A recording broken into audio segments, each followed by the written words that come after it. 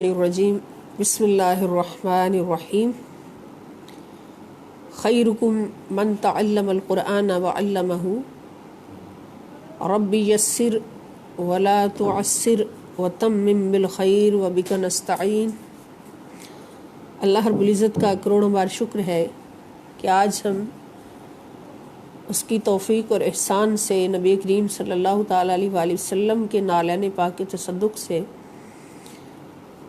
اپنی کلاس میں lecture number 10 میں حاضر ہیں۔ اللہ پاک ہماری حاضری قبول فرمائیں اور جس اعلیٰ مقصد کے لیے ہم نے یہ سفر شروع کیا ہوا ہے، اللہ پاک اس اعلیٰ مقصد میں ہمیں کامیابیاں عطا فرمائیں۔ آج کا دن بہت اہم ہے، 17 رمضان المبارک کا دن۔ اس میں بڑی بڑی نسبتیں ہمارے پاس موجود ہیں۔ آج سیدہ عائشہ صدیقہ رضی اللہ تعالی عنہ بنت ابی بکر الصدیق رضی اللہ تعالی عنہ اور زوجہ رسول اللہ صلی اللہ تعالی علیہ وآلہ وسلم، آپ کا یوم وصال بھی ہے، اور سردار کائنات صلی اللہ تعالی علیہ وآلہ وسلم کی پیاری صاحبزادی حضرت رقیہ رضی اللہ تعالی عنہا کا یوم وصال بھی ہے۔ اور آج کے دن حق و باطل کا سب سے پہلا معرکہ،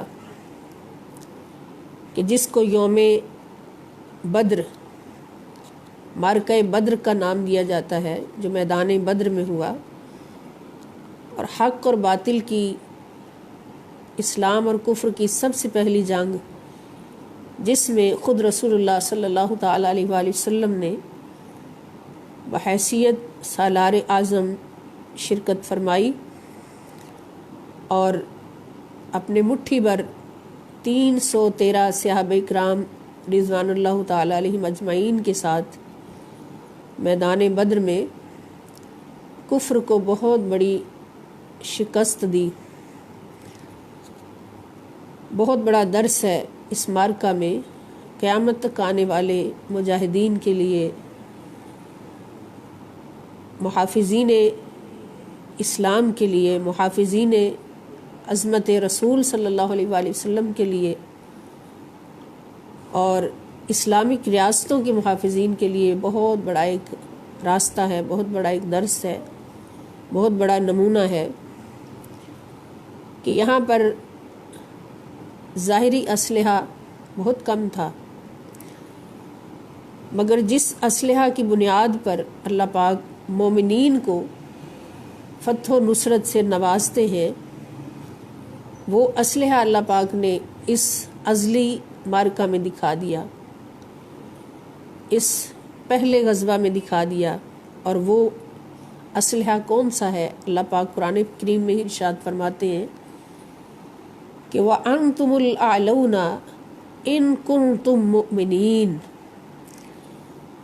اور تم ہی ہمیشہ فتح یاب رہو گے، سربلند رہو گے، تمہاری ہمیشہ باطل پر فتح لکھی جا چکی ہمیشہ کے لیے، بشرطے کہ تمہارے پاس ایمان کا اسلحہ موجود ہو، بشرطے کہ تم مومن ہو۔ ان کنتم مومنین، اگر تم مومن ہو، کامل ایمان والے ہو، تو تمہیں کوئی بھی شکست نہیں دے سکتا۔ تو ایمان فتح حاصل کرنے کا سب سے بڑا ہتھیار ہے، سب سے مضبوط ہتھیار ہے، کہ جس کے پاس ایمان کا اسلحہ، ایمان کا ہتھیار موجود ہے، اس کو کوئی بھی کسی میدان میں ہرا نہیں سکتا۔ اور مثالیں ہمارے پاس سامنے موجود ہیں۔ اب یہ معرکہ بدر جو ہے، اس میں 313 صحابہ تھے نبی کریم صلی اللہ تعالیٰ علیہ وآلہ وسلم کے ساتھ، اور یہ 313 صحابہ جو ہیں وہ ایمان میں کامل و اکمل، کہ جن کو صحابہ کرام میں بھی صف اول میں اللہ پاک نے چنا، ان کا مقام و مرتبہ بھی صحابہ کرام کی صفوں میں اگر دیکھا جائے تو مہاجر اور بدری صحابہ سب سے اگلی صف میں ہیں۔ خلفائے راشدین اور عشرہ مبشرہ کے بعد جو سب سے سابقون اولون ہیں، وہ کون ہیں؟ وہ بدری صحابہ ہیں، مہاجرین اور بدری صحابہ ہیں۔ تو ان کا اسلحہ اگر ظاہری دیکھا جائے تو کیا تھا؟ تھے ان کے پاس 2 گھوڑے، 6 زرہیں 8 شمشیریں، اور بدلنے آئے تھے وہ لوگ دنیا بھر کی تقدیریں۔ سبحان اللہ، یہ لشکر ساری دنیا سے انوکھا تھا، نرالا تھا، کہ اس لشکر کا ہادی ایک کالی کملی والا تھا، اور ان کے پاس کیا بھروسہ تھا، کیا ہتھیار تھے؟ نہ تیغ و تیر پر تکیہ، نہ خنجر پر نہ بھالے پر، نہ تیغ و تیر پر تکیہ، نہ خنجر پر نہ بھالے پر، بھروسہ تھا تو ایک سادہ سی کالی کملی والے پر۔ یہ ہتھیار تھا ان کا، بھروسہ تھا تو ایک سادہ سی کالی کملی والے پر۔ رسول اللہ صلی اللہ تعالیٰ علیہ وآلہ وسلم جب اتنے کامل ایمان والوں کو، کامل یقین والوں کو لے کر میدان بدر میں تشریف فرما ہوئے، تو پھر اللہ پاک نے بھی اپنے جلوے دکھائے اور 2000 ملائکہ کو اس میدان میں اتارا مدد کے لیے۔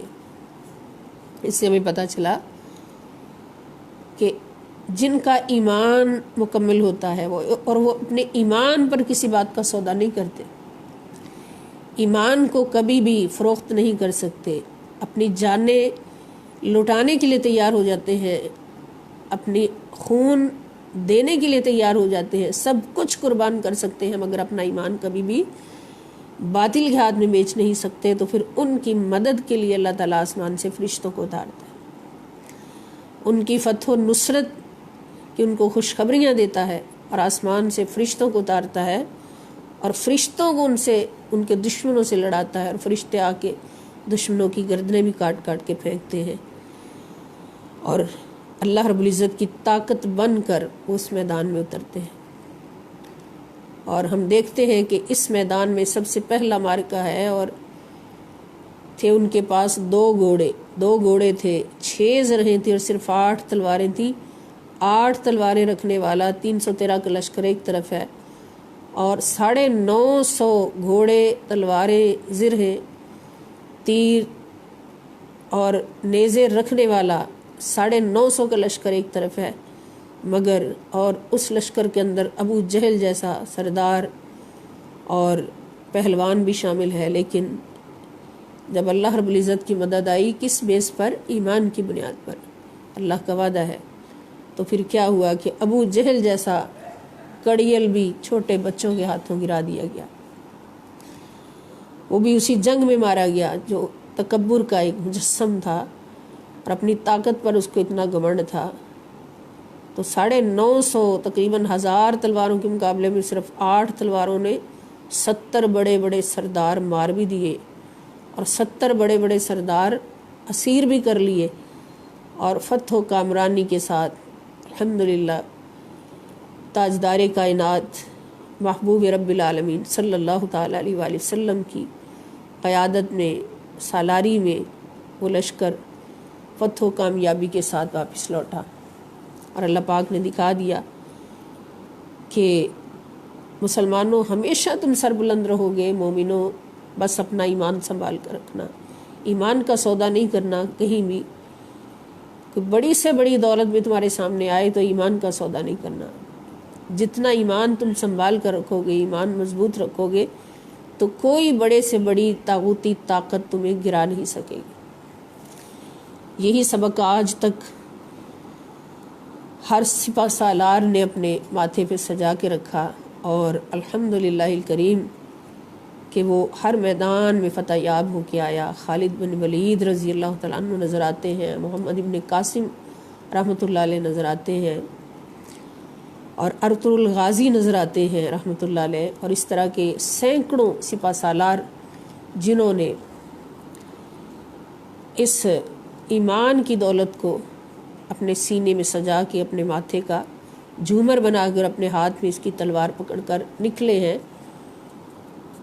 تو وسیع و عریض سرزمینوں کو تاخت و تاراج کرتے گئے ہیں۔ تو فتح و کامرانی ان کا مقدر رہی ہے۔ اللہ پاک ہمیں ایسا مومن بننے کی توفیق عطا فرمائے، ایسا مجاہد بننے کی توفیق عطا فرمائے کہ ہمارا شمار بھی غزوہ بدر کے صحابہ کرام رضی اللہ تعالیٰ عنہ کے عنہم کے قدموں کی خاک بننے والوں میں ہو جائے۔ اور یہاں پر ایک بات عرض کر دوں اپنی بہنوں بیٹیوں کے لیے کہ اگر ہم یہ جذبہ رکھتی ہیں کہ ہم بھی جہاد میں شامل ہوں، ہم بھی کوئی سا جہاد کریں کہ ہمارا شمار بھی مجاہدین میں ہو، شہداء میں ہو، غازیوں میں ہو، تو اس میں ہمارے لیے جو پیغام ہے کہ نبی کریم صلی اللہ تعالیٰ علیہ وآلہ وسلم سے کسی نے پوچھا کہ حضور سب سے افضل جہاد کیا ہے، تو آقا نے فرمایا کہ سب سے افضل جہاد اپنے نفس کے خلاف جنگ کرنا ہے۔ اس لیے کہ ظاہری دشمن کے خلاف جنگ کرنا آسان ہوتا ہے، نفس باطنی دشمن ہے، نفس چھپا ہوا دشمن ہے، اور چھپے ہوئے دشمن کے ساتھ جنگ کرنا بڑا مشکل ہوتا ہے، کیونکہ جو نظر آتا ہے اس کو تو بندہ کاٹ بھی سکتا ہے، قتل کر سکتا ہے، گرا سکتا ہے، مار سکتا ہے، لیکن جو نظر ہی نہیں آتا اس کو کیسے مارا جائے؟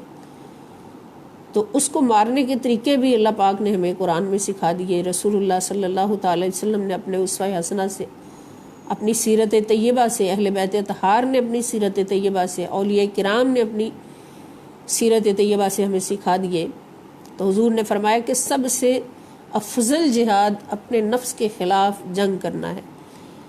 تو پھر ہم مائیں بہنیں بیٹیاں جو وہ جہاد نہیں کر سکتی، میدان جہاد میں اگر ضرورت پڑی تو انشاءاللہ تعالی ہم حاضر ہیں، ہمارے خون کا آخری قطرہ بھی اپنے دین کی حفاظت کے لیے، اپنے رسول صلی اللہ تعالی وسلم کی عظمتوں کی حفاظت کے لیے، اپنے وطن کی حفاظت کے لیے ہمارے خون کا آخری قطرہ تک حاضر ہے، ہماری جان حاضر ہے، سب کچھ حاضر ہے، ضرورت پڑی تو ہم حاضر ہیں۔ لیکن اگر وہاں ہم نہیں جاتے، جنگ کے لیے نہیں نکل سکتے، تو پھر ہمارے لیے تو اس سے بھی افضل جہاد موجود ہے، اور وہ اپنے نفس کے خلاف جہاد ہے۔ تو آئیے ہم سب یہ طے کریں اور عہد کریں کہ ہم نے اپنے نفس کے خلاف جہاد کا آغاز کرنا ہے۔ آج کے دن سے 17 رمضان مبارک ہے، تو نفس کے خلاف جہاد یہ ہے کہ جو نفس ہمیں آرڈر کرتا ہے، جس آرزو کا آرڈر کرتا ہے، کوئی نفس ہمارے دلوں میں وسوسے ڈالتا ہے، دوسروں کے خلاف اکساتا ہے، غلط کاموں کی طرف جانے کی دعوت دیتا ہے، اور ایسی آرزوؤں میں ڈالنے کی کوشش کرتا ہے کہ جو از روئے شریعت جائز نہیں ہے، یا نبی کریم صلی اللہ تعالی وسلم نے اور بی بی فاطمہ رضی اللہ تعالیٰ عنہ نے ان کو پسند نہیں فرمایا، اللہ پاک نے پسند نہیں فرمایا، تو ہم ان آرزوؤں کو ختم کر دیں، نفس کی کوئی بات نہ مانیں۔ جتنا ہم نفس کو ریجیکٹ کرتے جائیں گے اتنا نفس جو ہے وہ مرتا جائے گا۔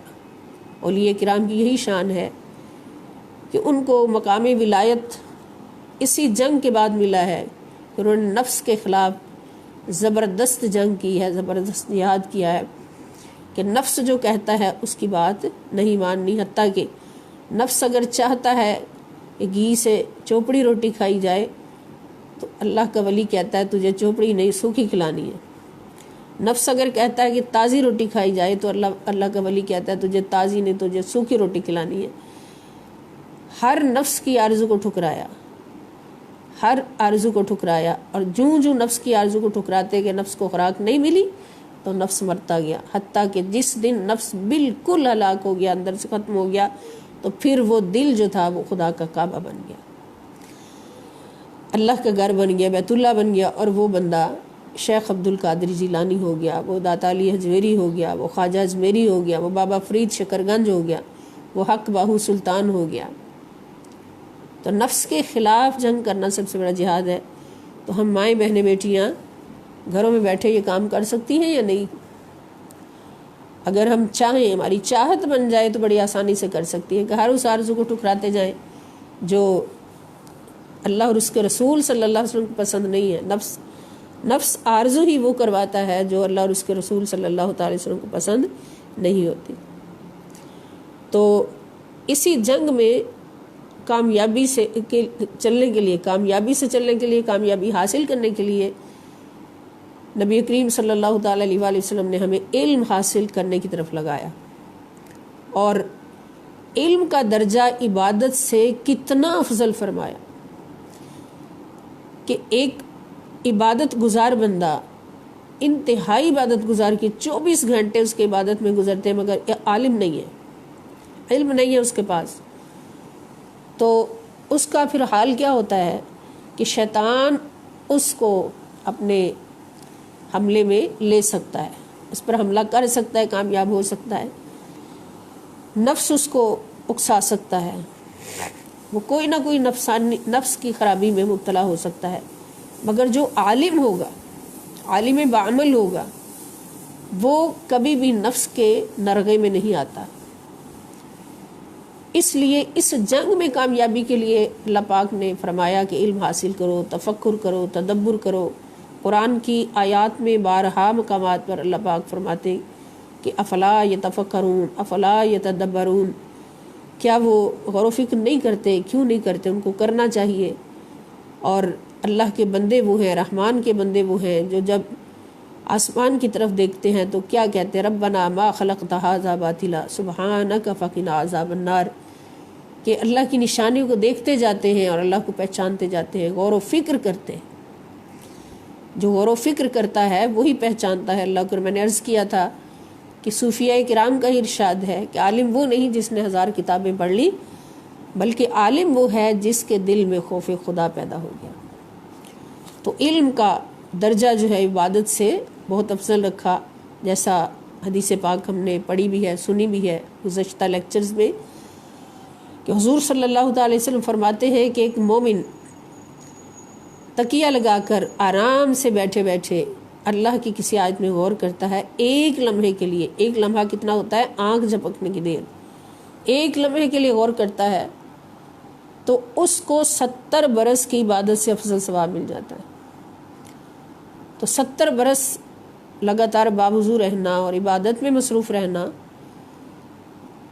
اس کا اجر کم ہے، اور ایک لمحہ غور و فکر کرنے کا اجر، ایک لمحہ علم حاصل کرنے کی غرض سے ٹیک لگا کر بیٹھنے کا اجر کتنا ہے؟ 70 برس کی عبادت سے افضل۔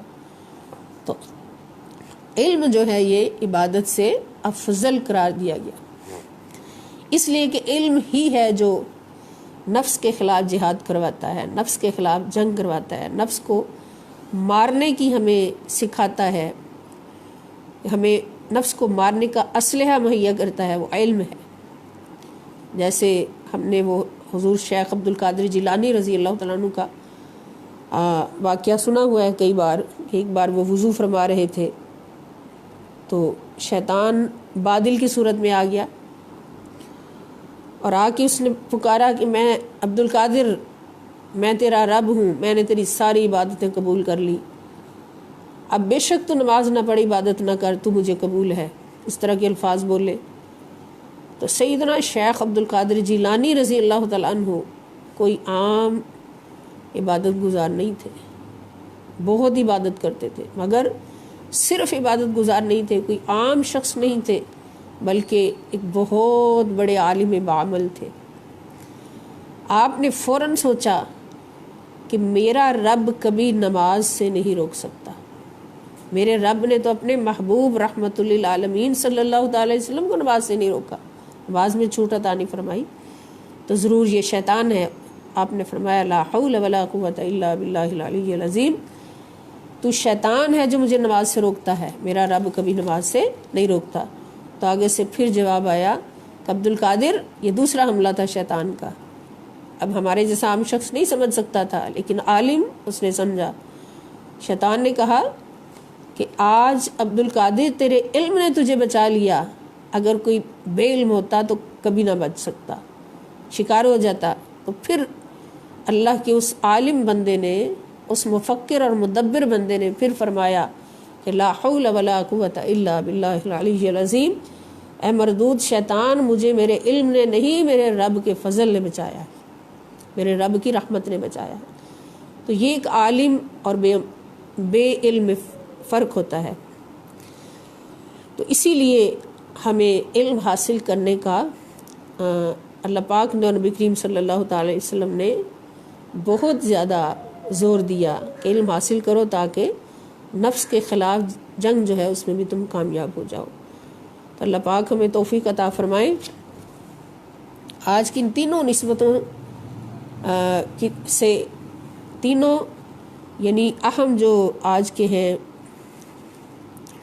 واقعات، 2 ہستیوں کی وصال اور یوم بدر، تو ہمیں ان تینوں نسبتوں سے یہی پیغام ملتا ہے کہ ہم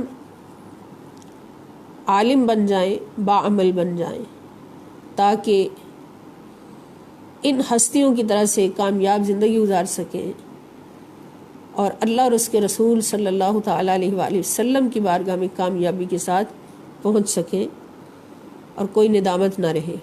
اللہ پاک ہم سب کو توفیق عطا فرمائے۔ اب ہمارا لیکچر جو ہے اس کا پہلا پورشن الفاظ کی ڈیفینیشن ہے، جس میں آج ہمارے پاس لفظ ہے شاء، شین، الف مدہ اور حمزہ۔ اس پر میں نے تھوڑا سا پہلے بھی آپ سب کو بتایا تھا کہ ایک لفظ ہوتا ہے انشاء، انشاء، اور ایک ہوتا ہے انشاء اللہ، انشاء، ان الگ ہوتا ہے اور شاء الگ ہوتا ہے۔ اللہ اگر چاہا اللہ نے، تو یہ شاء چاہنے والا ہے۔ انشاء جو ہے اکٹھا لفظ ہوتا ہے انشاء۔ انشاء کے معنی ہوتے ہیں پیدا کرنا اور پروان چڑھانا، اسی سے نشو و نما نکلا ہے لفظ، نشو و نما جو اردو میں بھی استعمال ہوتا ہے۔ تو یہ شاء جو ہے اس کا مطلب ہے چاہنا، اسی سے شیء نکلا ہے، شیءن، جو ہم شے کہہ دیتے ہیں کسی چیز کو، تو شیء وہ ہوتی ہے چیز جس کو چاہا جائے، جس کو چاہا جائے وہ شیء ہے، یعنی جو چیز ہم طلب کر رہے ہوتے ہیں اس کو ہم کیا کہتے ہیں، یہ شے ہے۔ تو شاء فعل ماضی ہے، فعلہ کی وزن پر، اس کا معنی ہے اس نے چاہا۔ اس سے فعل مضارع بنتا ہے۔ آپ کو پتہ ہے فعل مضارع بنانے کے لیے ماضی کے شروع میں یا تا لگاتے ہیں، کچھ صیغوں میں یا لگتی ہے، کچھ میں نا، ایک میں نا لگتی ہے، نون لگتی ہے، اور ایک میں حمزہ۔ نون جمع متکلم میں، حمزہ واحد متکلم میں، اور تا جو ہے یہ حاضر کے لیے اور مؤنث کے لیے، اور یا جو ہے یہ غائب کے لیے، مذکر کے لیے۔ اب اس سے فعل مضارع کے صیغے جو بن رہے ہیں وہ میں قرآن کریم میں جو بار بار استعمال ہو رہے ہیں وہ عرض کرتی ہوں۔ ایک صیغہ ہے تشاء، شاء ماضی ہے، تشاء یہ فعل مضارع ہے، اس میں تا کا مطلب ہے تم، اور شاء کے معنی چاہنا۔ اس کا مطلب کیا ہے، تشاء تم چاہتے ہو یا چاہو گی۔ واحد مذکر حاضر کا صیغہ ہے، اور یہ واحد مؤنث غائب کا بھی صیغہ یہی ہوتا ہے، تم چاہتے ہو یا چاہو گے۔ اور دوسرا صیغہ جو کثیر الاستعمال ہے وہ ہے یشاء، یشاء، اس میں یا آ گئی، اور یا جو ہے اس کا مطلب ہے وہ، یا کا مطلب وہ، یعنی وہ چاہتا ہے یا چاہے گا۔ نشاء، اس میں نون آ گئی، تو نون کس کے لیے آتی ہے، جمع متکلم کے لیے۔ نشاء کا مطلب ہم، نون کا مطلب ہم، شاء چاہنا، ہم چاہتے ہیں یا چاہیں گے۔ اور ایک اور لفظ سے ریلیٹ جو کثیر الاستعمال ہے وہ ہے شئتم۔ شئتم جو ہے یہ شاء سے جمع مذکر حاضر کا صیغہ ہے، تم، تم کا مطلب بھی تم ہی ہوگا۔ شئ کے معنی چاہنا، تم، تم یعنی تم نے چاہا۔ شاء کی اگر گردان کریں تو شئتم یہ جمع مذکر حاضر کا صیغہ ہے، یعنی تقریباً 9واں صیغہ ہوگا، صیغہ نمبر 9۔ شئتم تم نے چاہا۔ تو یہ شاء سے مختلف صیغوں میں، مختلف صورتوں میں یہ لفظ بار بار قرآن کریم میں استعمال ہوتا ہے۔ اسی طرح دوسرا لفظ ہے رب، رب، رب اردو میں بہت استعمال ہوتا ہے، جس کے معنی ہے مالک، پیدا کرنے والا، پالنے والا، روزی دینے والا، بے لوث پروان چڑھانے والا، اور سب کو عطا، سارے جہانوں کو عطا کرنے والا، رب العالمین۔ اس معنی کے لحاظ سے اللہ پاک نے رب کا نام والدین کو بھی دیا ہے، یعنی رب، اللہ کا رب ہونا تو حقیقی ہے رب العالمین کے طور پر، اور والدین کا رب ہونا مجازی ہے، یعنی وہ بچے کو پیدا کرتے ہیں، پھر اس کو پالتے ہیں، بے لوث پالتے ہیں۔ اللہ نے اپنی محبت کا جو عنصر والدین کے اندر رکھا ہے وہی اپنی پہچان کا ذریعہ بھی فرمایا کہ اگر اللہ کی محبت کو دیکھنا چاہتے ہو تو اپنی ماں کی محبت کو دیکھو، کہ ماں سے بڑھ کر دنیا میں کوئی محبت نہیں کر سکتا، اور ماں سے 70 گنا زیادہ محبت اللہ تعالیٰ اپنے ہر بندے سے کرتا ہے۔ تو وہ محبت جب ماں باپ کے اندر رکھی تو ماں باپ کو بھی اللہ تعالیٰ نے عطائی طور پہ رب کا نام دے دیا، عطا کر دیا رب کا نام۔ جیسے ہم دعا کرتے ہیں تو ہمیں حکم کیا ہوتا ہے کہ دعا کرو رب ارحمہما کما ربیانی صغیرہ۔ اب یہ ربا جو آیا ربا، اس کا مطلب ہے کہ انہوں نے رب بن کر ہمیں پالا، ربا یا، ان دونوں نے رب، وہ دونوں رب بن گئے، یعنی انہوں نے ہمیں پیدا بھی کیا اور ہمیں پروان بھی چڑھایا، ہمیں بے لوث ہماری خدمت بھی کی۔ رب یا، ان دونوں نے رب بن کر ہمیں ہمارا خیال رکھا، ان پر مولا اسی طرح رحم فرما جس طرح انہوں نے ہمیں رب بن کر پالا، پیدا کیا اور پالا۔ تو یہ اس سے میں پتہ چلتا ہے کہ اللہ پاک کی صفات ساری ذاتی ہیں اللہ کے لیے، اور اللہ تعالیٰ اپنے بندوں کو، چونکہ بندہ اللہ کا خلیفہ ہے تو خلیفہ وہی ہوتا ہے جس کے اندر مالک کی خوبیاں عطائی طور پر موجود ہوں۔ مالک کی ہر خوبی ذاتی ہے، حقیقی ہے، اور جس کو اللہ تعالیٰ اپنی خوبیاں عطا کر دے، مالک عطا کر دے اپنی خوبیاں، وہ اللہ کا خلیفہ ہوتا ہے، مالک کا خلیفہ ہوتا ہے۔ تو جب بندوں کو عطا ہوئیں تو پھر اللہ تعالیٰ نے اپنا خلیفہ فرما دیا۔ تو اس حیثیت سے والدین بھی اللہ کے خلیفہ ہیں، اگر وہ اللہ کے بندوں کو اس طرح سے سنبھالتے ہیں، پالتے ہیں جیسے اللہ تعالیٰ کی چاہت ہے۔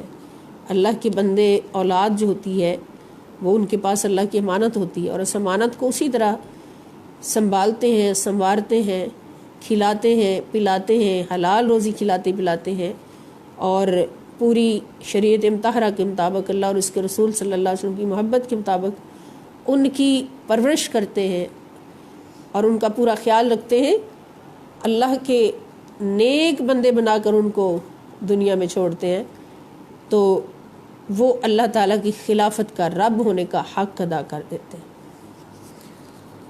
تو رب کا مطلب ہے مالک، لارڈ انگلش میں۔ یہ 975 مرتبہ قرآن کریم میں استعمال ہوا، 975 ٹائمز قرآن کریم میں استعمال ہوا ہے، اور اس سے مختلف نسبتوں کے ساتھ جو الفاظ آئے ہیں قرآن کریم میں وہ بھی پیش کرتی ہوں۔ ایک لفظ آتا ہے ربی، یا رب، اور چھوٹی یا کی معنی میرا، چھوٹی یا واحد متکلم کے لیے ہوتی ہے اور نا جو ہے یہ جمع متکلم کے لیے ہوتی ہے۔ تو ربی میرا رب، ربو کا، یہ تو آپ سب کو بتانا چاہیے، کا جو ہے یہ کئی بار آپ پڑھ چکے ہیں، اس کا مطلب ہے تیرا، مذکر کے لیے، ربو کا تیرا رب، ربو نا کی معنی ہمارا، جمع متکلم ہمارا رب، ربکم تم سب کا رب، کم تم کے لیے، تم کی ضمیر بھی تم کے لیے ہوتی ہے اور کم کی ضمیر بھی تم کے لیے، تمہارا رب۔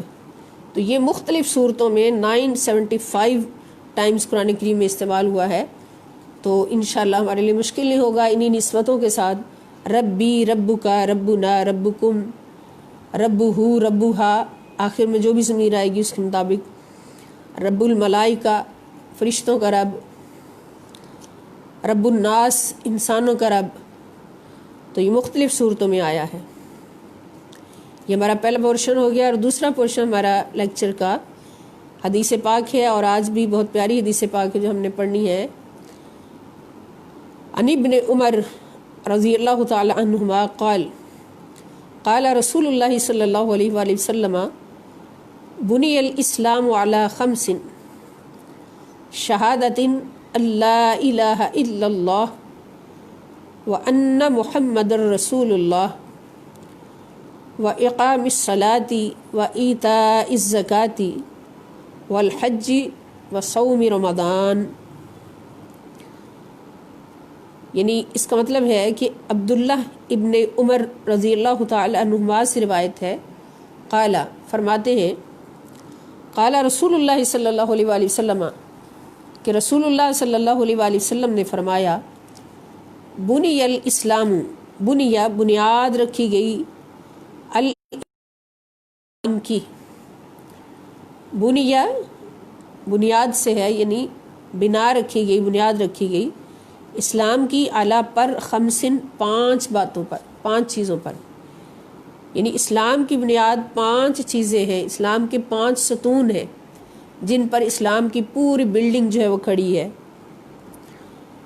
پہلی شہادتن، گواہی، یہ گواہی دینا اللہ الہ الا اللہ، ان کے لا نہیں الہ کوئی معبود الا سوائے اللہ، اللہ کے، اللہ کے سوا کوئی معبود نہیں. یعنی گواہی ہے توحید کی، اللہ ایک ہے، اللہ کے سوا کوئی معبود نہیں.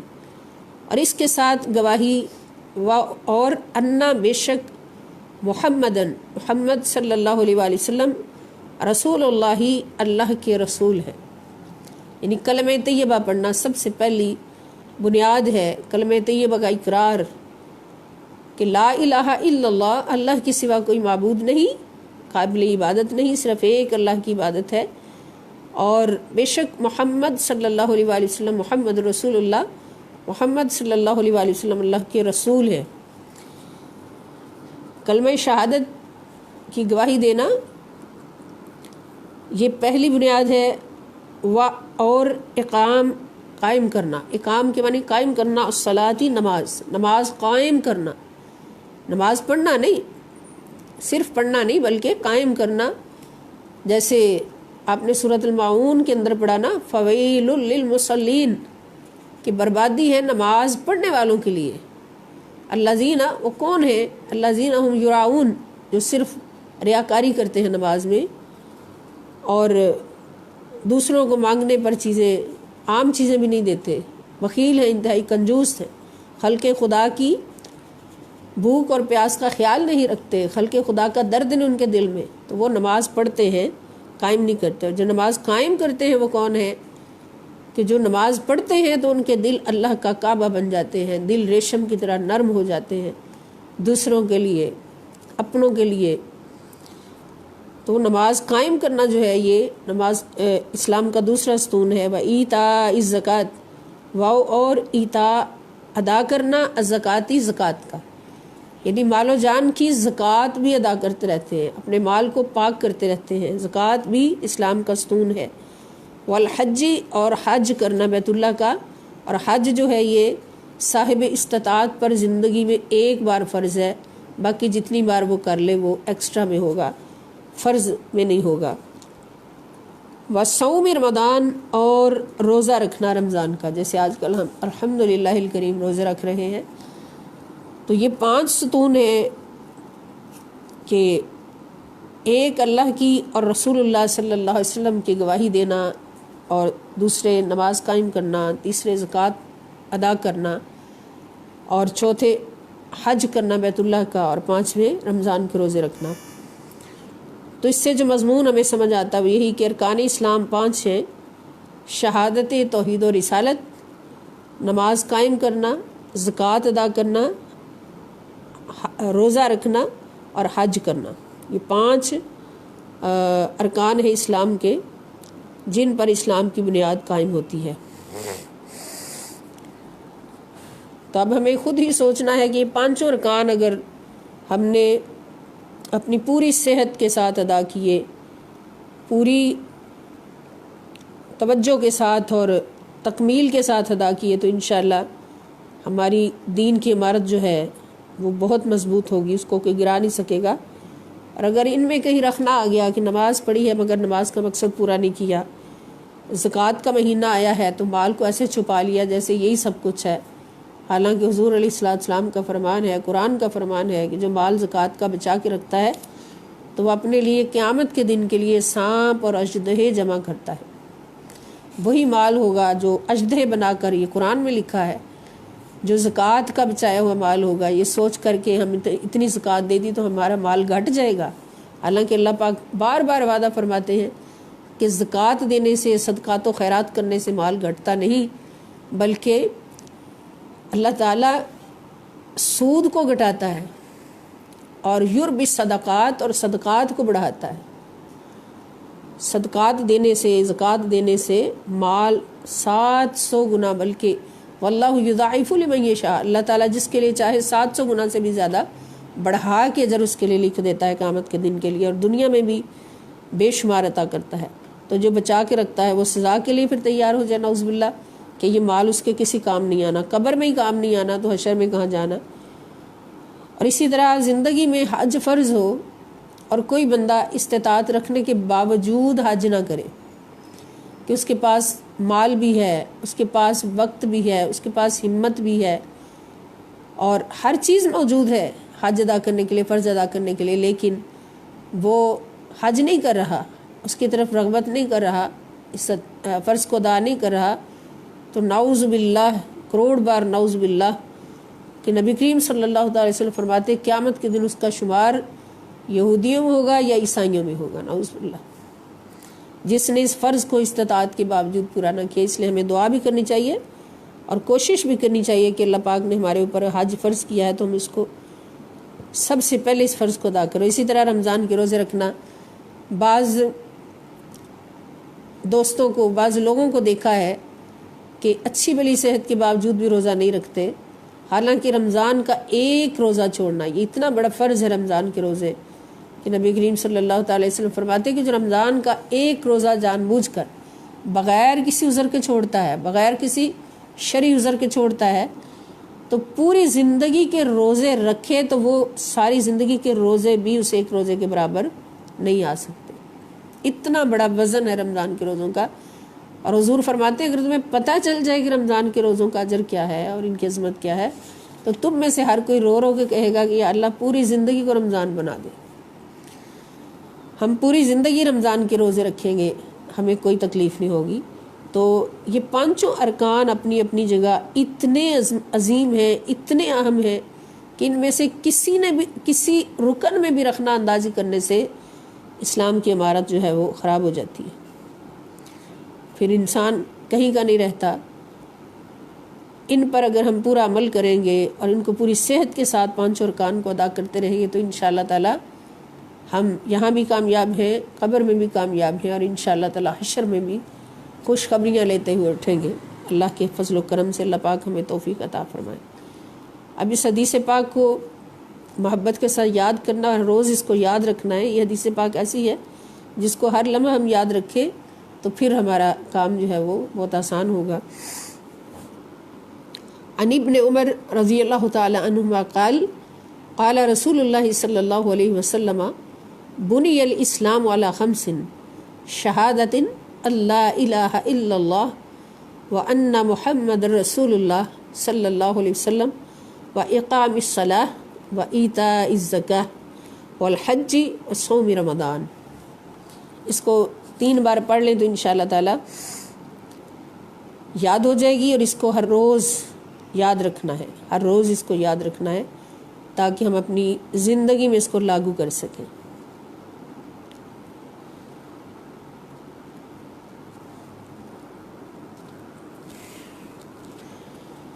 اب ہماری لیکچر کا تیسرا پورشن جو ہے وہ الحمدللہ آج ہم نے آخری 10 صورتیں جو چھوٹی شروع کی ہوئی تھیں، سورۃ فیل سے لے کے سورہ ناس تک، تو آخری 2 صورتیں سورۃ فلق اور سورۃ الناس جو ہے ان کو آج ہم اکٹھا ہی پڑھیں گے۔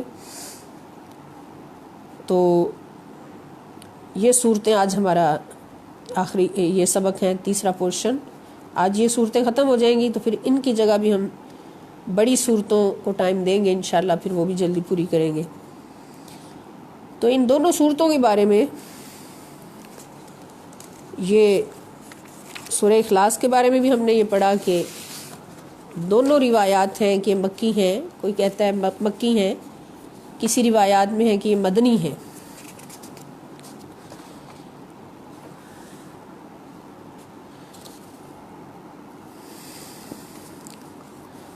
لیکن جب ان کا بیک گراؤنڈ دیکھا جائے، دونوں کا سیاق و سباق دیکھا جائے، تو پھر یہ مدنی ہونے پر زیادہ ان کا صحیح ہونا ثابت ہوتا ہے۔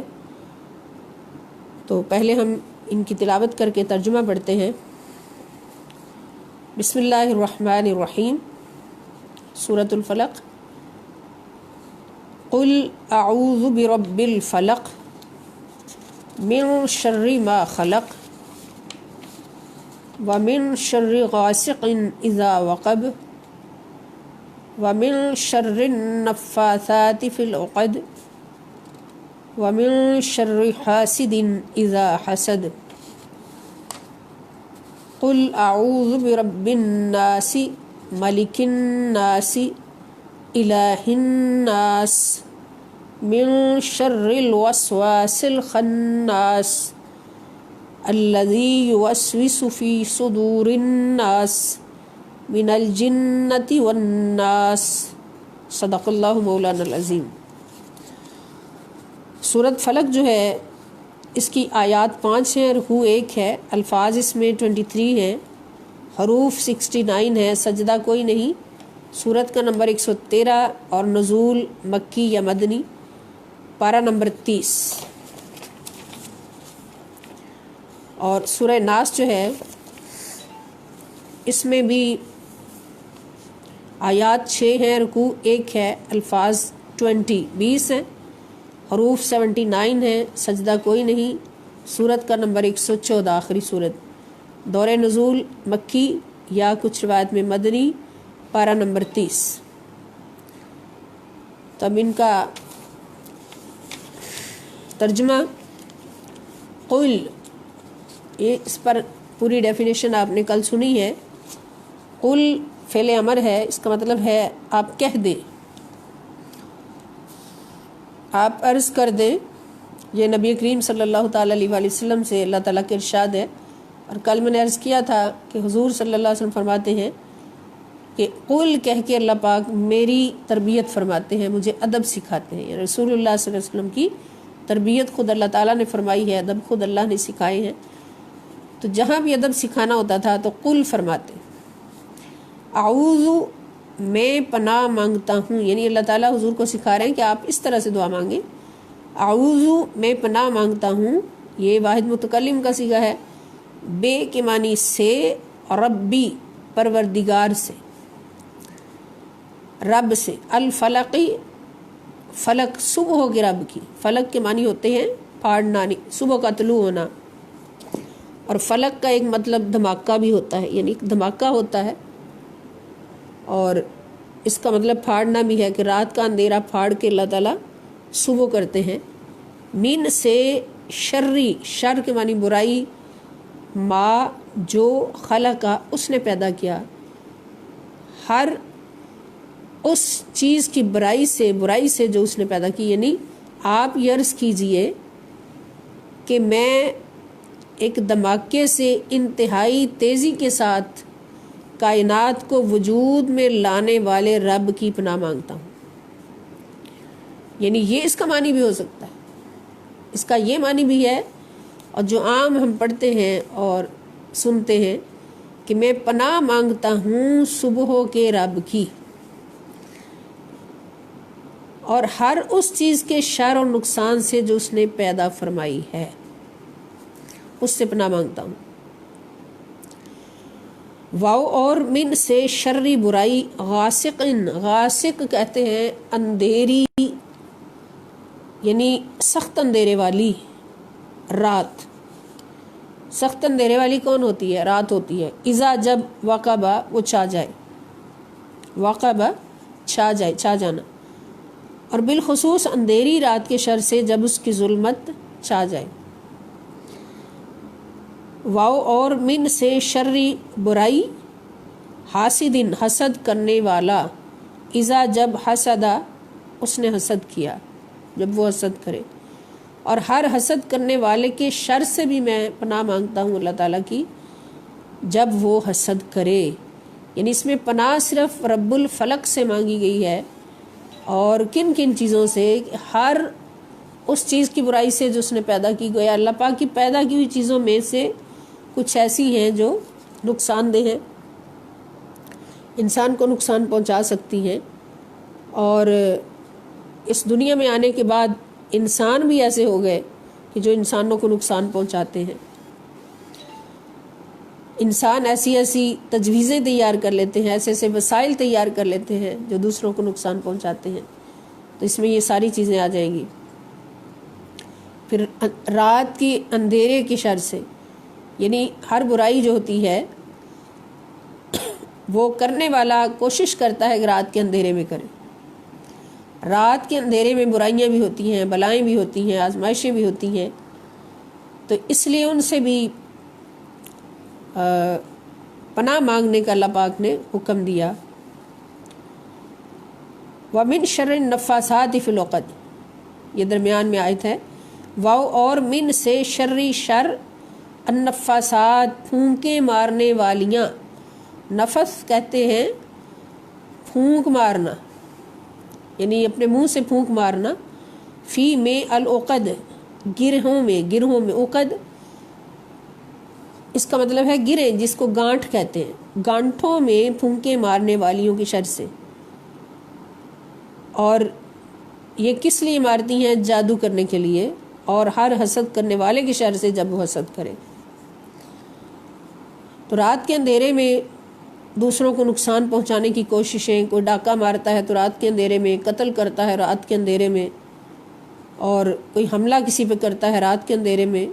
دھوکے کی ہر چیز رات کے اندھیرے میں. اس لیے اللہ پاک نے فرمایا اپنے حبیب صلی اللہ تعالی وسلم سے کہ ان ساری چیزوں سے پناہ مانگیں، اور حضور کی وساطت سے پوری امت کو بتایا. اور ان ساری چیزوں کا تعلق ہم دیکھ رہے ہیں کہ ظاہری زندگی کے ساتھ ہے، ہمارے جسم کے ساتھ ہے، جسمانی حوائج کے ساتھ ہے، جسمانی ضروریات کے ساتھ ہے. اور ان ساری چیزوں سے پناہ مانگنے کا اللہ پاک نے ہمیں حکم دیا نبی کریم صلی اللہ تعالی وسلم کے وسیلے سے. اور سورہ ناس کے اندر اللہ پاک کیا فرماتے ہیں؟ قل، آپ فرما دیجئے، کہیں، آپ عرض کریں، اعوذ، میں پناہ مانگتا ہوں، بے سے ربی، رب، الناس، لوگوں کا. لوگوں کے رب سے پناہ مانگتا ہوں، لوگوں کے رب کی پناہ میں آنا چاہتا ہوں. مالک الناس، ملک بادشاہ، الناس لوگوں کا، لوگوں کے بادشاہ کی پناہ مانگتا ہوں. الہ الناس، لوگوں کے معبود کی پناہ مانگتا ہوں، جو ساری نسل انسانی کا معبود ہے. اور کس چیز سے پناہ مانگتا ہوں؟ من سے شرری شر الوسواس، وسوسے ڈالنے والوں کے شر سے. وسواس کہتے ہیں جو بہت زیادہ وسوسے ڈالتا ہے. الخناس، اور پیچھے ہٹ کر، چھپ چھپ کر آنے والا. پیچھے ہٹ کر، چھپ کر آنے والے کے شر سے، وسوسے ڈالنے والے شیطان کے شر سے میں رب الناس، مالک الناس اور الہ الناس کی پناہ مانگتا ہوں. اس میں صرف رب الفلق کہا گیا، اور اس میں اللہ تعالیٰ کی 3 صفات کے ساتھ رب الناس، مالک الناس اور الہ الناس. اس لیے کہ سورہ فلق میں جن چیزوں سے پناہ مانگنے کا ذکر ہے ان کا تعلق جسمانی دنیا سے ہے، اور سورہ ناس کے اندر جس چیز سے پناہ مانگنے کا تعلق ہے اس کا تعلق، یعنی پناہ مانگنے کا حکم ہے، اس کا تعلق کس کے ساتھ ہے؟ یہ باطن کے ساتھ، روحانی دنیا کے ساتھ ہے، باطنی دنیا کے ساتھ ہے. اور یہ فرمایا گیا کہ پناہ مانگو وسوسے ڈالنے والے اور چھپ چھپ کر آنے والے، ہٹ کر آنے والے شیطان کے شر سے. الذی، جو کہ یوسوسو، وسوسہ ڈالتا ہے، فی صدور الناسی، لوگوں کے سینوں میں، لوگوں کے دلوں میں وسوسے ڈالتا ہے. اور من الجنتی والناس، اور اس کا تعلق جنوں سے بھی ہے اور انسانوں سے بھی ہے، یعنی وہ جنات میں سے بھی ہو سکتا ہے اور انسانوں میں سے بھی ہو سکتا ہے۔ گویا اس بات کا اظہار کہ شیطان صرف وہی نہیں جو چھپ کر آتا ہے، شیطان جنوں کی صورت میں بھی تمہارے پاس آئے گا حملہ کرنے کے لیے، اور بعض انسانوں کی صورت میں بھی شیطان تمہارے پاس آتا ہے حملہ کرنے کے لیے۔ اب اس میں باطنی حملہ ہوتا ہے، انسان کے باطن پر حملہ ہوتا ہے، تو جس چیز کا تعلق، جس نقصان کا تعلق باطن کے ساتھ ہے، روح کے ساتھ ہے، تو اس میں اللہ پاک نے فرمایا کہ میرے 3 ناموں سے پناہ مانگو، رب الناس، مالک الناس اور الہ الناس۔ تو اب اس میں جو وسوسے ڈالتا ہے وہ کون ہے؟ شیطان، اور چھپ چھپ کے۔ اس کا مطلب مفسرین کرام فرماتے ہیں کہ اس کا ایک مطلب تو یہ ہے کہ وسوسہ ڈالنے والا جب آتا ہے کسی انسان کے پاس تو اس کے دل میں اس کو سکھاتا ہے کوئی بات، لیکن وہ انسان پہلی بار میں اس وسوسے کا شکار نہیں ہوتا اور اس کو جھڑک دیتا ہے۔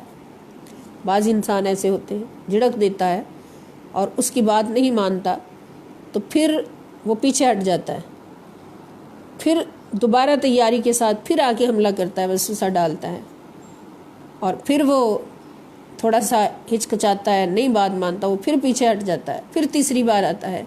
اس طرح کرتے کرتے وسوسہ ڈالنے والا کامیاب ہو جاتا ہے اور اس انسان کو اپنے وسوسوں کا شکار کر لیتا ہے۔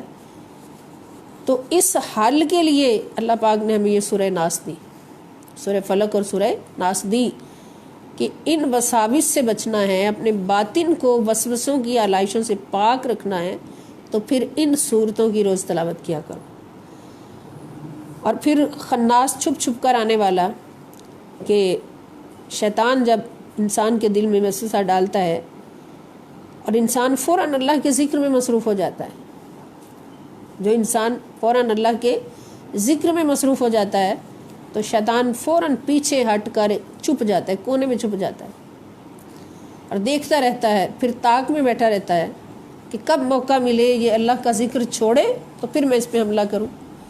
پھر جب دیکھتا ہے کہ انسان اللہ کے ذکر سے غافل ہو گیا ہے تو پھر آگے بڑھ کے حملہ کرتا ہے، دل میں وسوسہ ڈالتا ہے۔ پھر انسان کو جب دیکھتا ہے کہ یہ اللہ کے ذکر میں شامل ہو گیا ہے پھر پیچھے ہٹ جاتا ہے، لیکن پھر طاق میں رہتا ہے کہ پھر اس کو قابو کرے، کیچ کرے۔ تو پھر انسان جب غافل ہوتا ہے اللہ کے ذکر سے، ذکر کرنا چھوڑتا ہے، تو پھر شیطان آ کے اس پہ حملہ آور ہو جاتا ہے۔ تو اس کو خناس کہا گیا کہ چھپ چھپ کر حملے کرتا ہے، انسان کو کبھی بھی وہ چھوڑتا نہیں ہے۔ تو اس لیے اس سے ہمیں یہ بھی بہت بڑا سبق ملا کہ ہم جتنا اللہ تعالیٰ کے ذکر میں مصروف رہیں گے، اسی لیے حضور نے فرمایا کہ ہر وقت درود پاک پڑھتے رہا کرو۔ اللہ پاک نے یہ فرمایا کہ صلی علیہ وسلم تسلیما، کہ میرے نبی صلی اللہ تعالی وسلم کے ساتھ ذکر کا دامن جوڑے رکھا کرو اور اللہ کا ذکر کثرت سے کیا کرو۔ اور ذکر کرنے والوں کی اللہ پاک نے قرآن پاک میں خود بھی تعریف فرمائی کہ وہ ہر وقت اللہ کے رحمان کے بندے وہ ہیں جو ہر وقت اللہ کا ذکر کرتے ہیں اور اللہ کے ذکر میں ہی مصروف رہتے ہیں۔ تو اللہ کا ذکر جو ہے کثرت سے کرنا، نبی پاک صلی اللہ علیہ وسلم پر کثرت سے درود پاک پڑھنا، سلام پڑھنا، یہ شیطان کے وسوسوں سے ایک مومن کو بچاتا ہے۔ اور یہ ہماری زندگی میں بھی ہم دیکھتے ہیں، تجربہ ہے خود، کہ جب ہم ذکر خدا سے غافل ہوتے ہیں یا ذکر مصطفیٰ صلی اللہ علیہ وسلم سے غافل ہوتے ہیں تو شیطان جو ہے زیادہ حملہ آور ہوتا ہے، اتنے وسوسے ڈالتا ہے کہ ذہن کو سکون ہی نہیں آنے دیتا۔ تو جس دن اللہ کا ذکر کثرت سے ہو، قرآن پاک کی تلاوت بھی ہو، ہم یہ تجربہ کر کے دیکھ لیں کہ ہم نے فجر کی نماز ٹائم پہ پڑھی ہے اور ساتھ قرآن پاک کی تلاوت بھی کی ہے، ایک پارہ پڑھا ہے یا جتنی ہمت ہے پڑھا ہے، تو سارے دن کے لیے ہماری حفاظت ہو جاتی ہے، اس لیے کہ ذکر خدا سے ابتدا ہو جاتی ہے اور شیطان دیکھ لیتا ہے کہ یہ بندہ اب میرے قابو میں نہیں آئے گا۔ تو اس طرح سے اللہ والے جو ہیں ان کی زبان تو کبھی بھی اللہ کے ذکر سے غافل نہیں ہوتی، بلکہ وہ تو یہاں تک کہتے ہیں کہ جو دم غافل سو دم کافر، کہ جو اللہ کے ذکر سے غافل ہوتا ہے، دم ہماری سانس، وہ کافر ہوتا ہے، مسلمان نہیں ہوتا۔ تو اللہ پاک نے ہمیں یہی دعوت دی اور یہ فرما دیا کہ ایسے انسان بھی ہیں، جن بھی ہیں جو شیاطین بن کر میرے بندوں کو تنگ کرتے ہیں اور کبھی بھی ان کو سکون نہیں آنے دیتے۔ تو یہ سورہ مبارکہ جو ہے یہ ظاہری حفاظت کے لیے بھی، ظاہری جسمانی حفاظت کے لیے بھی، اور روحانی حفاظت کے لیے بھی، باطنی حفاظت کے لیے بھی اللہ پاک نے یہ تحفہ ہمیں عطا فرمایا۔ اور ان کی جو شان نزول ہے وہ یہی کہ نبی کریم صلی اللہ تعالیٰ علیہ وآلہ وسلم، یہ 7 ہجری کا واقعہ ہے۔ 7 ہجری میں جب یہودیوں نے دیکھا کہ نبی کریم صلی اللہ تعالیٰ علیہ وآلہ وسلم کی شان، عظمت، اسلام کا پرچم بلند سے بلند ہوتا جا رہا ہے اور ہمارا کوئی حربہ بھی، کوئی دعوت بھی، کوئی فتنہ بھی ان کو روک نہیں سکتا، فتوحات کے دروازے کھلتے جا رہے ہیں، تو ان کے اندر عداوت کے شعلے اور عداوت کی آگ تیز بھڑکنے لگی۔ پھر انہوں نے، یہودیوں نے سوچا کہ کیوں نہ ایسا کوئی کام کیا جائے کہ جس سے نبی پاک صلی اللہ علیہ وسلم کی صحت مبارک خراب ہو اور یہ کام کر نہ سکے۔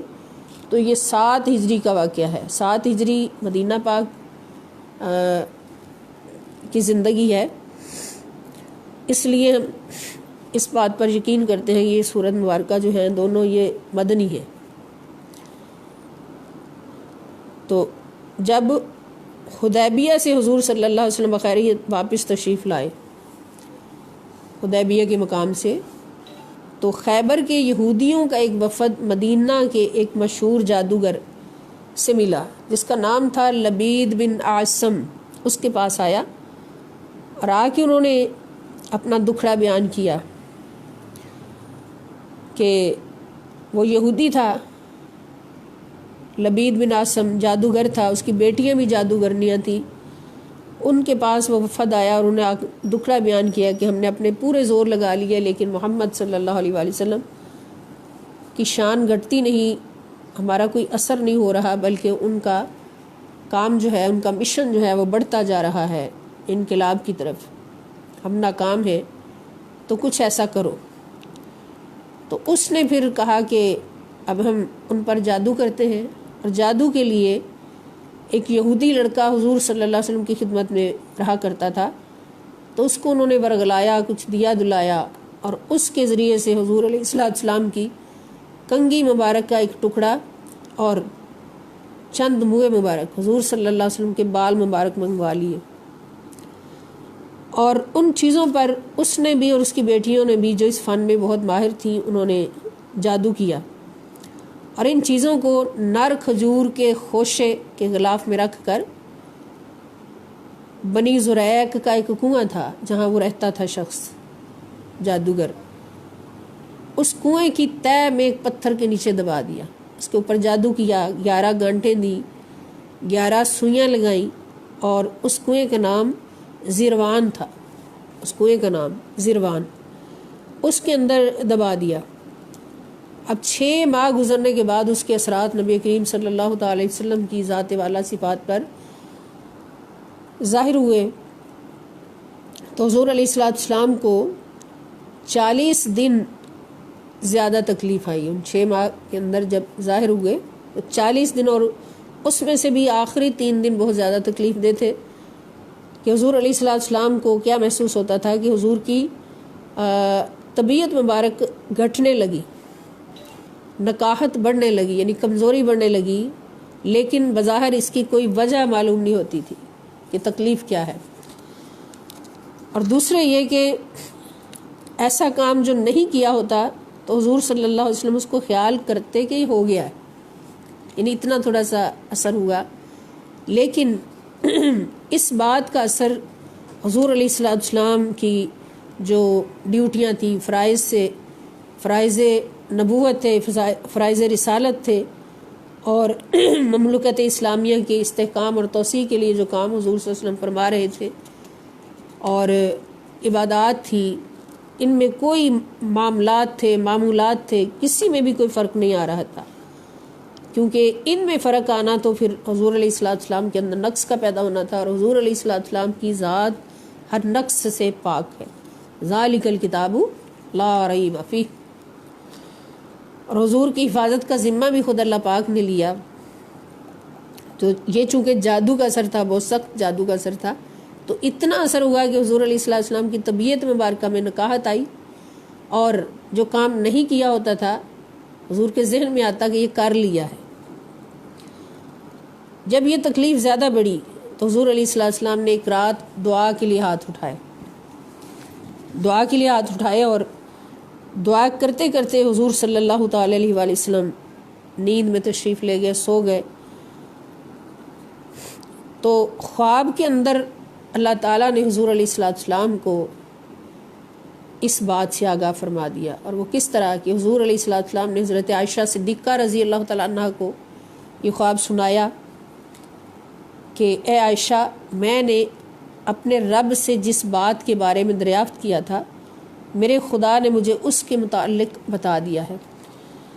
حضرت عائشہ رضی اللہ تعالیٰ عنہ نے عرض کی، یا رسول اللہ صلی اللہ علیہ وسلم، کیا بتایا گیا ہے؟ ارشاد ہوا، رات کو خواب میں 2 آدمی میرے پاس آئے، ایک میرے سرہانے بیٹھ گیا اور دوسرا میرے پاؤں کے نزدیک، اور بعض روایات میں ہے کہ وہ جبرائیل اور میکائیل تھے، اور یقیناً وہی تھے۔ ایک نے دوسرے سے پوچھا کہ انہیں کیا تکلیف ہے، یعنی وہ آپس میں دونوں گفتگو کرنے لگے حضور کو بتانے کے لیے۔ دوسرے نے جواب دیا کہ انہیں جادو کیا گیا ہے۔ پہلے نے پوچھا کہ کس نے کیا ہے؟ اس نے جواب دیا، لبید بن عاصم نے۔ پوچھا کس چیز میں؟ بتایا کنگھی کے ایک ٹکڑے کو اور چند بالوں کو نر کھجور کے خوشہ کے پردے میں رکھ کر۔ پھر اس نے پوچھا کہ کہاں رکھا ہے؟ بتایا زروان کے کنویں کی تہہ میں ایک پتھر کے نیچے رکھا ہے۔ پھر پوچھا اب کیا کرنا چاہیے؟ تو اس نے بتایا کہ اس کنویں کا سارا پانی نکال دیا جائے، پھر اس پتھر کے نیچے سے ان چیزوں کو نکالا جائے۔ یعنی یہ خواب کے اندر اللہ پاک نے فرشتوں کے ذریعے سے حضور علیہ السلام کو بتا دیا۔ پھر حضور علیہ السلام نے فوراً حضرت سیدنا علی، عمار بن یاسر، حضرت زبیر بن عوام رضی اللہ تعالیٰ عنہم کو اس مقصد کے لیے بھیجا۔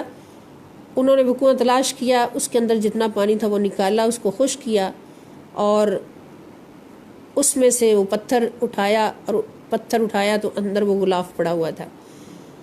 خود حضور علیہ السلام بھی وہاں تشریف لے گئے، حضور تکلیف میں بھی تھے۔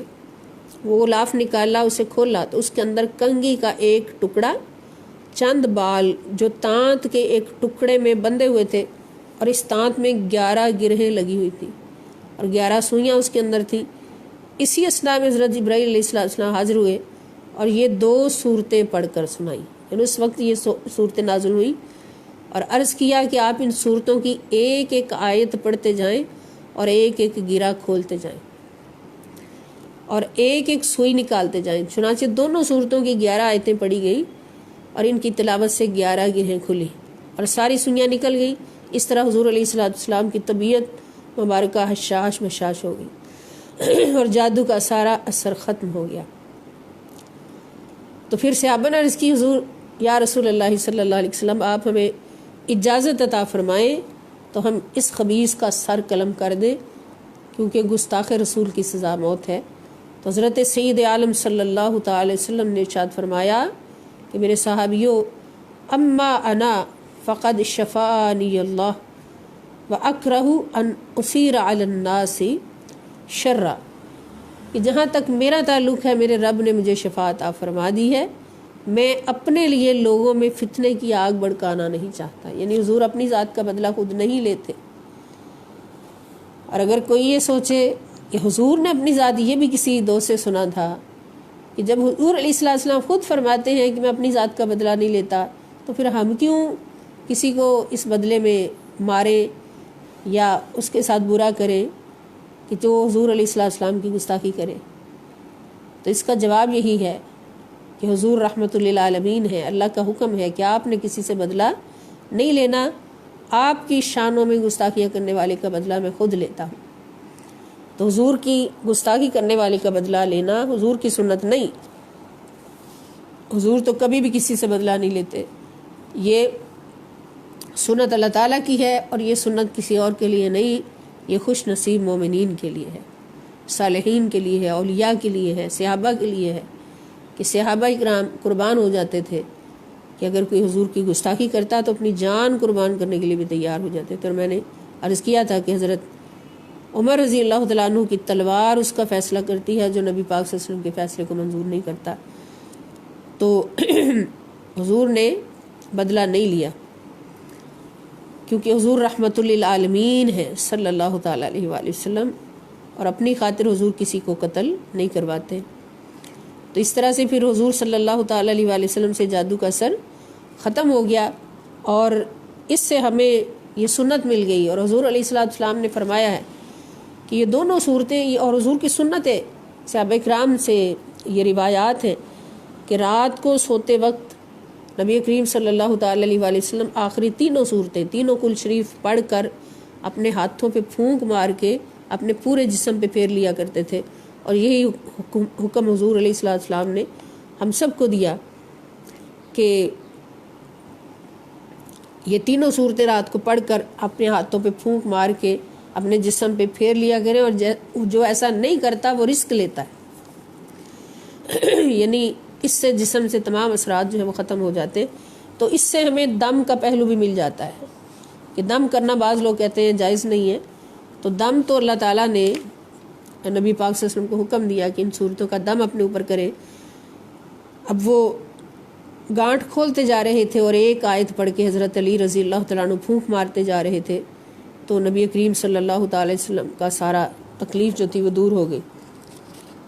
اور اب اگر کوئی یہ سوال کرے، کچھ لوگ یہ بھی کہہ دیتے ہیں کہ نبی پاک صلی اللہ تعالی وسلم پر جادو نے کیسے اثر کر دیا، اور اگر اثر کیا ہے تو یہ تو پھر حضور کی ذات میں نعوذ باللہ کمی ثابت ہوتی ہے، تو یہ بات غلط ہے۔ حضور علیہ السلام کی دو شانیں ہیں، ایک شان بشریت ہے، ایک شان نبوت ہے۔ اور بشریت جو ہے وہ حضور کا بشر ہونا ہے، اور بتقاضۂ بشریت حضور علیہ السلام ظاہری تکلیفوں سے حضور علیہ السلام کے جسم کو تکلیف پہنچتی تھی، بتقاضۂ بشریت بخار بھی ہوتا تھا، درد بھی ہوتا تھا، اور چوٹ بھی لگتی تھی۔ غزوہ احد میں حضور علیہ السلام کے چہرہ مبارک پہ چوٹ بھی لگی ہے، خون بھی نکلا ہے، دندان مبارک شہید بھی ہوا ہے۔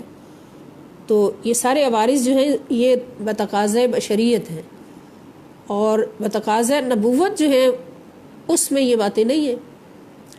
اس لیے ان باتوں کا انکار جو ہے وہ، یا ان باتوں کو ماننا جو ہے کہ حضور علیہ السلام پر جادو کا اثر ہوا ہے، تو یہ حضور کی شان اقدس میں کمی نہیں کرتا، بلکہ حضور چونکہ اللہ پاک نے بشروں کے لیے، یعنی کائنات بشریت کے لیے حضور کو بھیجا تھا، بشر بنا کر بھیجا تھا، تو پھر وہ سارے تقاضے بھی حضور نے پورے کر کے دکھائے کہ اگر یہ تکلیف آ جائے جسم بشر پر تو اس طرح سے علاج کرنا ہے، یہ تکلیف آ جائے تو اس طرح سے۔ تو یہ بھی ہمارے لیے جو بشر ہیں ان کے لیے حضور علیہ السلام کی سنت بنا دی گئی۔ اور دوسرے یہ کہ اس جادو سے حضور علیہ السلام کی شان اقدس میں کوئی کمی نہیں آئی، کہ حضور کے جو امور تھے، امور نبوت تھے، امور رسالت تھے، امور حکومت تھے، ان میں کوئی کمی یا کوئی رکھنا یا کوئی نقص نہیں آیا، بلکہ اسی طرح وہ چلتے رہے۔ تو یہ دونوں صورتیں اکٹھی نازل ہوئی ہیں، 11 آیات ہیں ان کی، دونوں کی 6 اور 5 11، اور یہ کسی بھی قسم کے اثرات اتارنے کے لیے۔ اور خود نبی کریم صلی اللہ تعالیٰ علیہ وآلہ وسلم حسنین کریمین رضی اللہ تعالیٰ عنہما کو ان دونوں صورتوں کا دم فرمایا کرتے تھے، یہ دونوں صورتیں پڑھ کر دم کیا کرتے تھے تاکہ وہ نظر بد سے محفوظ رہیں، نظر بد سے بچنے کے لیے اور تکلیفوں سے بچنے کے لیے۔ اور پھر اس سے دم کرنا بھی ہمیں ملتا ہے کہ دم کرنا بھی اور کروانا نبی پاک صلی اللہ تعالیٰ علیہ وآلہ وسلم کی سنت مطہرہ ہے۔ اور حضور سے اس بارے میں پوچھا بھی گیا، یہ دم جھاڑ پھونک کرتے ہیں تو اس کے بارے میں کیا فرمان ہے، تو حضور نے فرمایا کہ وہ جھاڑ پھونک جس میں شرک آ جائے، یعنی اللہ رب العزت کے مقابلہ میں جیسے جادوگر کرتے ہیں یا ایسے لوگ کہ جو دعوے سے کہتے ہیں کہ ہم ایسا کر سکتے ہیں ایسا کر سکتے ہیں، وہ حرام ہے، لیکن کسی تکلیف کو رفع کرنے کے لیے اور نظر بد کو ختم کرنے کے لیے، حاسد کے حسد کو کے اثرات کو ختم کرنے کے لیے اور اس طرح کی تکلیفوں کے لیے دم کرنا جو ہے وہ جائز ہے۔ بلکہ حضور علیہ الصلوۃ والسلام خود دم فرمایا کرتے تھے۔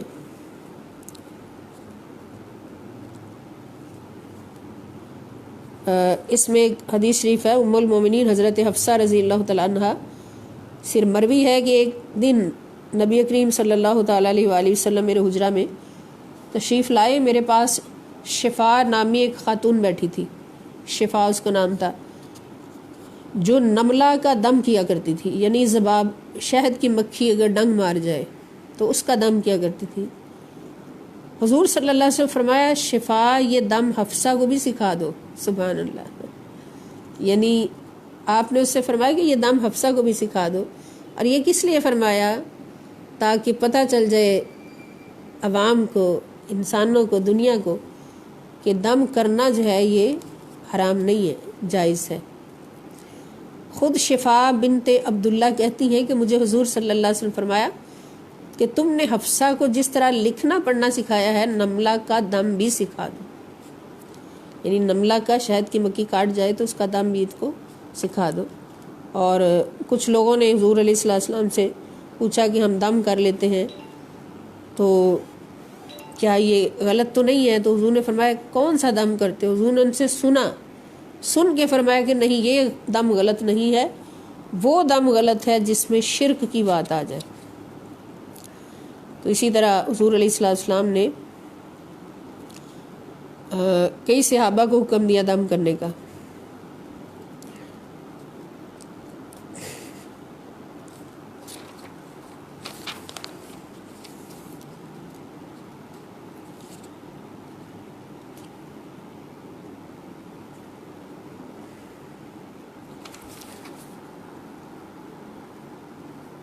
ایک دفعہ حضرت ابو سعید خدری رضی اللہ تعالیٰ عنہ، ان کو حضور نے چند صحابہ کے ساتھ کسی جگہ بھیجا، کسی مہم پر بھیجا، تو ان کا گزر ایک بستی سے ہوا جہاں ایک عرب قبیلہ رہ رہا تھا۔ تو وہاں پر انہیں بھوک لگی، انہوں نے بستی والوں سے کھانا مانگا، انہوں نے کھانا دینے سے انکار کر دیا، انہوں نے بھوک میں رات گزاری۔ اگلا دن ہوا تو بستی والے جو تھے وہ ان کے پاس آئے اور کہنے لگے کہ ہمارے قبیلے کے سردار کو بچھو نے ڈس لیا ہے، قبیلے کے سردار کو زہریلے بچھو نے ڈس لیا ہے، تو کیا آپ کے پاس کوئی دوا یا کوئی دم ایسا ہے کہ وہ ٹھیک ہو جائے؟ تو حضرت ابو سعید خدری رضی اللہ تعالیٰ عنہ فرماتے ہیں کہ میں نے ان سے کہا کہ ہمارے پاس ہے، دم ہے، مگر ہم نے آپ لوگوں سے کھانا مانگا، آپ لوگوں نے کھانا دینے سے انکار کر دیا، تو جب تک آپ ہمارے لیے ایک اجرت مقرر نہیں کریں گے تو ہم دم نہیں کریں گے۔ انہوں نے کہا کہ اگر ہمارا سردار آپ کے دم سے ٹھیک ہو گیا تو ہم آپ کو بکریوں کا ایک ریوڑ دے دیں گے۔ انہوں نے کہا ٹھیک ہے، آپ تشریف لے گئے، تو آپ نے سورہ فاتحہ پڑھنے کے بعد اپنا لعاب دہن اس پر مل دیا، یعنی اس کے پاس تشریف لائے اور جہاں بچھو نے کاٹا تھا تو آپ نے حضرت ابو سعید رضی اللہ تعالیٰ عنہ جو کہ صحابی رسول صلی اللہ علیہ وسلم ہی تھے، تو صحابی کا لعاب کوئی چھوٹی چیز تو نہیں ہے، بہت بڑی شفا ہے، اور سورہ فاتحہ پڑھ کر اپنا لعاب اس زخم پر لگا دیا تو درد بھی ختم ہو گیا اور ان کا سردار بھی بالکل تندرست ہو گیا۔ قبیلے والوں نے وعدے کے مطابق ان کو ایک ریوڑ دے دیا جس میں 30 بکریاں تھیں، ان کو دے دی۔ تو حضرت ابو سعید خدری رضی اللہ تعالیٰ عنہ فرماتے ہیں کہ وہ ریوڑ لے کر ہم مسلمانوں کے پاس واپس آئے اور یہ فیصلہ کیا کہ جب تک حضور نبی پاک صلی اللہ علیہ وسلم سے یہ مسئلہ دریافت نہ کر لے اس وقت تک ہمیں یہ بکریاں استعمال میں نہیں لانی چاہیے۔ جب مہم سے فارغ ہونے کے بعد یہ حضرات مدینہ طیبہ واپس پہنچے اور سارا قصہ حضور صلی اللہ علیہ وسلم کی خدمت میں عرض کیا، تو حضور صلی اللہ تعالیٰ علیہ وآلہ وسلم نے مسکراتے ہوئے فرمایا تمہیں یہ کس طرح پتہ چلا کہ یہ سورت پڑھ کر دم کیا جاتا ہے؟ سورت فاتحہ پڑھ کر دم کیا جاتا ہے۔ بکریاں لے لو اور اس میں سے میرا حصہ بھی نکال لو۔ حضور نے فرمایا اس میں سے میرا حصہ بھی نکال لو، یعنی اجازت دے دی کہ جائز ہے تمہارے لیے بھی اور میرے لیے بھی، یعنی سید کے لیے بھی جائز۔ تو اس سے بھی ہمیں پتہ چلتا ہے کہ دم کرنا جو ہے یہ نبی پاک صلی اللہ تعالیٰ علیہ وآلہ وسلم کا حکم بھی ہے اور سنت بھی ہے۔ تو یہ دونوں صورتیں ہمیں ہر تکلیف میں اور ہر حملے میں دم کرنے کے لیے دی گئی ہیں۔ تو پہلی صورت فلق جو ہے وہ جسمانی امور کے لیے، اور سورہ ناس جو ہے یہ روحانی امور کے لیے۔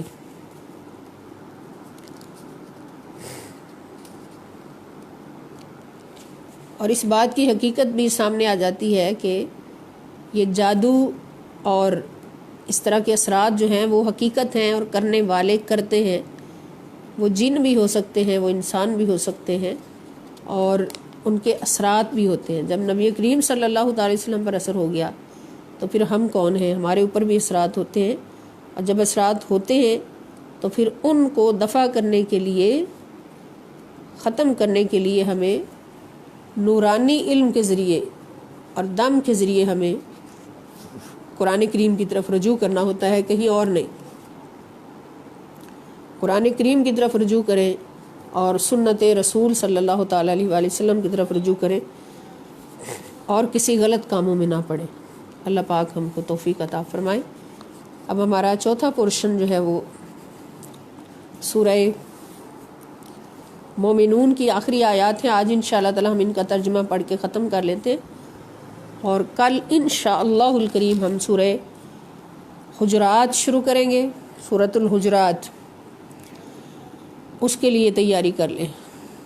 تو آج جو ہماری آیات رہ گئی تھیں کل ہمارا چیپٹر چل رہا تھا اس میں کہ جب کافروں کو اور منکرین کو موت آتی ہے تو پھر وہ کہتے ہیں کہ ہمیں مہلت دی جائے کہ ہم دوبارہ دنیا میں جائیں اور جو نہیں کر سکے وہ کر لیں، لیکن اس وقت مہلت ختم ہو جاتی ہے اور ان کے درمیان ایک پردہ پڑ جاتا ہے، یعنی دنیا کے ان کے درمیان ایک پردہ حائل ہو جاتا ہے جو قیامت تک قائم رہے گا۔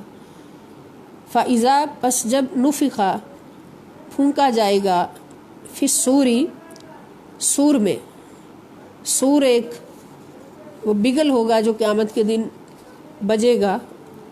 پہلی آواز آئے گی تو ساری دنیا فنا ہو جائے گی، پھر دوسری آواز آئے گی تو ساری دنیا، سارے جہان جو ہے وہ اٹھ جائیں، ساری دنیا اٹھ جائے گی اور قیامت قائم ہو جائے گی، میدان محشر قائم ہو جائے گا۔ تو جب پھونکا جائے گا سور میں، فلا انصاب بینہم، تو نہیں رہیں گے رشتے، نسب رشتے نہیں رہیں گے ان کے درمیان، یومئذ اس دن، ولا یتساءلون، اور نہ ہی وہ ایک دوسرے کا حال پوچھ سکیں گے۔ سألہ ہوتا ہے پوچھنا، سوال کرنا، تو یتساءلون آپس میں ایک دوسرے کا حال نہیں پوچھ سکیں گے، یعنی یہ کن کے بارے میں ہے؟ یہ مسلمانوں مومنوں کے بارے میں نہیں ہے، بلکہ منکرین اور کافروں کے بارے میں، کہ وہ کسی کا حال نہیں پوچھ سکیں گے، ایک دوسرے کا کسی کا حال نہیں پوچھ سکیں گے۔ اور مومن جو ہیں وہ تو تلاش کریں گے اپنے رشتہ داروں کو، اپنے پیاروں کو، اور ایک دوسرے کا حال پوچھیں گے۔ فمن، آگے اس کی وضاحت آ رہی ہے، فمن پس وہ شخص، ثقلت باری ہوں گے، ثقیل ہوں گے، موازینہ جن کے اعمال کے وزن، نیک اعمال کے پلڑے، فاولئک هم المفلحون، تو یہی سب لوگ دونوں جہاں میں کامیاب ہوں گے، حقیقی کامیابی حاصل کرنے والے ہوں گے۔ مفلحون اس کی ڈیفینیشن ہم نے بالکل پہلے لیکچر میں پڑھی ہے۔ تو جن کے اعمال کے پلڑے بھاری ہوں گے تو وہ انتہائی کامیابی میں ہوں گے۔ ومن، اور وہ جو خفت ہلکے ہوں گے، موازینہ جن کے اعمال کے وزن، فاولئک، تو یہ سب لوگ، الذین وہ ہوں گے جو خسرو جنہوں نے نقصان اٹھایا ہوگا، انفسہم اپنی جانوں میں، یعنی جنہوں نے نقصان میں ڈالا ہوگا اپنی جانوں کو، فی جہنما جہنم میں خالدون وہ ہمیشہ ہمیشہ رہیں گے۔ خالد کا لفظ بھی بار بار قرآن میں آتا ہے، اس کا مطلب ہمیشہ رہنے والا، اور اس کی جمع خالدون باونون سے، استغفر اللہ معاذ اللہ۔ تو جن کی نیکیوں کے پلڑے بھاری ہوں گے وہ جنت میں چلے جائیں گے اور کامیاب ہو جائیں گے، اور جن کے نیکیوں کے پلڑے ہلکے ہوں گے، اعمال کے وزن ہلکے ہوں گے، ہلکے اعمال کے وزن ہلکے وزن والے اعمال وہ ہوں گے جو برے ہوں گے، اور بھاری وزن والے اعمال ہوں گے جو اچھے اعمال ہوں گے۔ اور بھاری سے بھاری وزن عمل کا ہوتا ہے ایمان کی بنیاد پر۔ ایمان جتنا بلند ہوتا جاتا ہے اتنا عمل کا وزن بھاری سے بھاری ہوتا چلا جاتا ہے۔ جیسے مثال حضور نے فرمایا کہ میرا ایک صحابی عام امتی اگر ایک رتی تولا، ایک رتی سونا خدا کی راہ میں خرچ کرتا ہے تو اس ایک رتی کا اجر وہ 700 گنا تک پالے گا یا اس سے زیادہ جتنا اللہ چاہے۔ لیکن میرا صحابی اگر ایک رتی سونا اللہ کی راہ میں خرچ کرتا ہے تو اس کا اجر احد پہاڑ کے وزن کے برابر ہو جاتا ہے۔ اور یہ وزن کس بنیاد پر؟ ایمان کی بنیاد پر۔ تو یہ بھاری اور ہلکے اعمال کا مطلب یہ ہے کہ بھاری عمل والے وہ بھاری وزن والے اعمال وہ ہوں گے جن میں ایمان زیادہ سے زیادہ ہوگا، پختہ ہوگا، اور جتنا بلند ایمان ہوگا اتنا ہی بھاری وزن ہوگا، اور جو ہلکے وزن والے اعمال ہیں ان میں ایمان نہیں ہوگا۔ تلفح وجوہہم النار، تلفح جھلس دے گی، نعوذ باللہ، کروڑ بار نعوذ باللہ، لفح یلفح جھلس دینا، جھلس دے گی وجوہہم ان کے چہروں کو، النار آگ، وہم اور وہ فیہا اس میں، کالحون ہائے ہائے دانت نکالے ہوئے بگڑے ہوئے منہ کے ساتھ ہوں گے، استغفر اللہ، جیسے کوئی جلا ہوا چہرہ ہو اور اس کا دانت باہر نکلے ہوئے ہوں اور چہرہ بدلا ہو، استغفر اللہ معاذ اللہ معاذ اللہ۔ اللہم لا تجعلنا منہم بجاہ نبیک الکریم صلی اللہ تعالی علیہ وسلم وبرحمتک یا ارحم الراحمین۔ پھر ان سے کہا جائے گا کہ الم تکن آیاتی تتلی علیکم فکنتم بہا تکذبون، کیا لم نہیں تکن تھی آیاتی میری آیات، تتلا تلاوت کی جاتی، علیکم تمہارے سامنے، فکنتم پس تم بہا ان کو تکذبون جھٹلاتے تھے۔ کیا میری آیات تمہارے سامنے تلاوت نہیں کی جاتی تھی اور تم ان کو جھٹلاتے تھے؟ قالو وہ کہیں گے، ربنا اے ہمارے رب، غلبت غالب آ گیا تھا، علینا ہم پر، علیہ پر نہ ہم، علینا ہم پر، شقوتنا شقوہ کہتے ہیں بدبختی کو، قاف نقطے والی، شقوتنا ہماری بدبختی ہمارے اوپر غالب آ گئی تھی، وکننا اور ہم ہو گئے تھے، قوما ضالین گمراہ قوم، اور ہم یقیناً گمراہ قوم بن گئے تھے۔ ربنا اے ہمارے رب، اخرجنا نکال دے ہمیں، منہا اس دوزخ سے، فإن پس اگر ادنا ہم دوبارہ اس طرف لوٹیں، عادا یعودو لوٹنا، دوبارہ کریں ایسا کام، فإنا تو بے شک ہم ظالمون ظالم ہوں گے۔ اب ہمیں معاف کر دے، اگر ہم دوبارہ ایسا کریں تو ہم ظالم ہوں گے۔ تو ارشاد ہوگا، قال اللہ تعالیٰ فرمائیں گے، اخسؤ فیہا، قال اخسؤ فیہا ولا تکلمونی، پڑے رہو ذلت کے ساتھ اس میں، اخسؤ پڑے رہو ذلت کے ساتھ، فیہا اس میں، ولا تکلمونی اور نہ کلام کرو مجھ سے، استغفر اللہ معاذ اللہ۔ اللہ پاک ہم سب کو اس وقت سے بھی بچائیں اور ان لوگوں میں شامل ہونے سے بھی بچائیں۔ انہو کانا فریق من عبادی، اللہ تعالیٰ فرمائیں گے بے شک یہ میرے بندوں کا ایک گروہ تھا، میرے بندوں کا، عبادی میرے بندوں کا، یقولون جو کہتے تھے، ربنا اے ہمارے رب، آمنا ہم ایمان لے آئے، فاغفر لنا پس تو ہمیں بخش دے، وارحمنا اور ہمارے اوپر رحم فرما، وانت خیر الراحمین اور تو سب سے بڑھ کر رحم فرمانے والا ہے۔ یہ میرے کچھ بندے تھے، بندوں کا گروہ تھا، جن کو جو ایمان بھی لائے تھے میرے اوپر اور مجھ سے ڈرتے بھی رہتے تھے، بخشش مانگتے تھے، رحم مانگتے تھے، اور مجھے ارحم الراحمین کہہ کر پکارتے تھے، تو تم نے کیا کیا؟ فاتخذتموہم سخریا، فاتخذتمو، پس تم نے بنایا، ہم ان کو، سخریا مذاق، تمسخر بنایا، سخریا یہ تمسخر سے ہی نکلا ہے، بس تم نے ان کو تمسخر بنا رکھا، حتیٰ یہاں تک کہ انسوکم ذکری، انسو کہ بلا دیا تمہیں، ذکری میرا ذکر، انہوں نے تمہیں میری یاد بھی بلا دی، یہاں تک کہ انہوں نے تمہیں میری یاد بھی بلا دی، وَكُنْتُم مِّنْهُمْ تَضْحَكُونَ، اور تم ان کا مذاق اڑایا کرتے تھے، ان کی تضحیک کیا کرتے تھے، ان پہ ہنسا کرتے تھے۔ انی، بے شک میں، جزیتہم، ان کو جزا دے رہا ہوں، الیوم، آج کے دن، بما، اس کی جو صبروا، انہوں نے صبر کیا، جو صبر کرتے رہے اس کی میں ان کو جزا دے رہا ہوں، انہم، کہ بے شک وہ، ہم الفائزون، کہ وہ کامیاب ہے، سبحان اللہ، ان کو کامیابی کی جزا دے رہا ہوں۔ قال، پھر اللہ تعالیٰ پوچھیں گے، ارشاد ہوگا، کم لبثتم، کتنی دیر تم رہے، فی الارض، زمین میں، عدد سنین، سالوں کے حساب سے، کتنے سال تم زمین میں رہے؟ قالو، انہوں نے کہا، لبثنا، ہم رہے، یومن، ایک دن، او بعد یوم، یا دن کا کچھ حصہ، ایک دن یا دن کا کچھ حصہ ہم دنیا میں گزارے ہیں۔ فاسأل العادین، پس آپ پوچھیں اعداد شمار کرنے والوں سے، بے شک شمار کرنے والوں سے آپ پوچھ لیں کہ ہم دن کا ایک حصہ، ایک دن یا دن کا کچھ حصہ دنیا میں رہے۔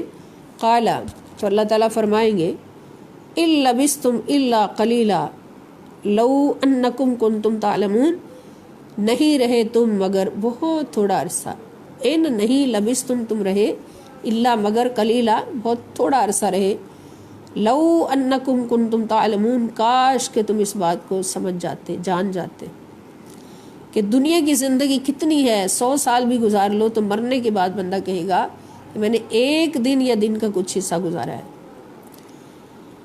افحسبتم، کیا تم نے یہ سمجھ لیا تھا، انما خلقناکم عبثا، کہ بے شک ہم نے تمہیں پیدا کیا ہے فضول، بے مقصد پیدا کیا ہے، وانکم، اور بے شک تم، الینا، ہماری طرف، لا ترجعون، لوٹ کر نہیں آؤ گے، حالانکہ تمہارے سامنے روز جنازے اٹھتے رہے۔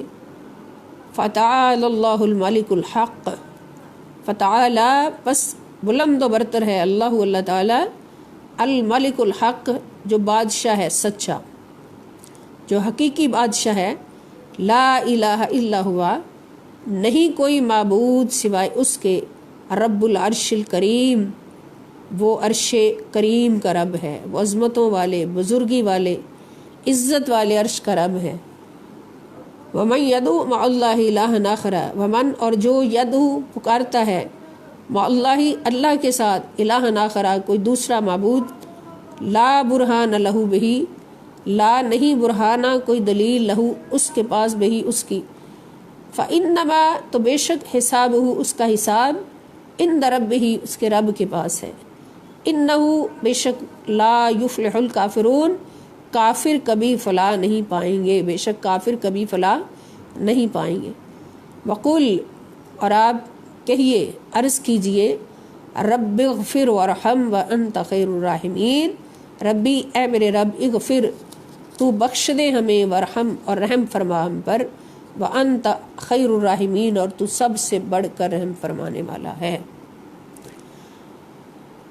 اب ان آیات مبارکہ سے ہمیں جو جو سبق ملے ہیں سب نے نوٹ کرنے ہیں، بلکہ آج کا یہ کام ہے کہ سورہ مومنون ہم نے کتنے رکوع اس کے پڑھے ہیں، 6 رکوع، ان 6 رکوع سے ہمیں جو جو مضامین سمجھ آئے ہیں، جو جو سبق سمجھ آئے ہیں، وہ سارے اپنی کاپیز پہ نوٹ کریں، اور پھر آپ جو کمنٹس کرتے ہیں FB پہ کمنٹ کریں، یا